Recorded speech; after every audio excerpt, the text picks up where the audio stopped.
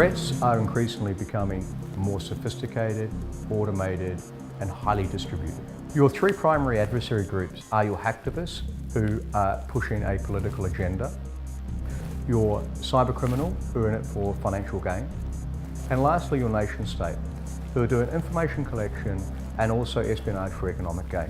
CSOs are always looking at how do I continue to react against an ever-increasing threat landscape. And the bottom line is they got to make security easy. If implementing security inside of a website or inside of what the process that your business runs is not easy, people just won't do it. And so the CSO in many ways has to work with the psychology of the enterprise to make sure that it's operating in a secure way. So a successful cyber attack, the impacts can be very wide-ranging. At one end of the spectrum, you could have a situation in where you have unavailability of a critical system, right? That could be a payment gateway for a bank, that could be some emergency system for a government agency, the list goes on. On the other side, you could also have a situation in which disclosure of sensitive information like a trade secret could occur. You're at a very vulnerable stage. Large enterprises have big websites, small websites. You have to make sure that the technology that you choose can scale. And if you require specialists, if you require huge capital investments in order to make your website or your web presence secure, then it's a very tough sell. But if you make it easy to implement, if it grows with your business, then it's a much better investment.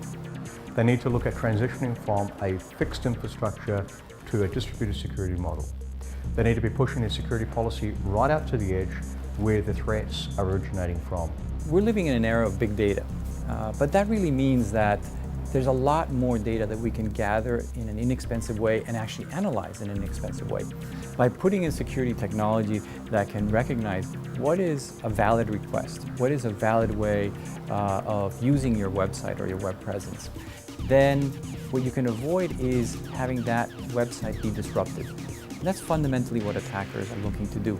They're looking to disrupt your operation, especially when that operation is online. In the coming years, for CSOs to be better aligned with the business, they need actionable security intelligence.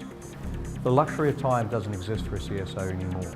They need the ability to analyze security risks quickly to be able to make good security decisions. In support of this, CSOs need to look at ways that the organisation can be adopting a more agile security architecture, being able to embrace new trends that are occurring, media, mobile, bring your own device.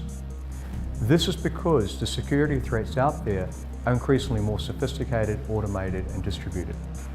Without such an agile security architecture, CSOs are not going to be able to effectively address the threats and be able to support the business and move them forward.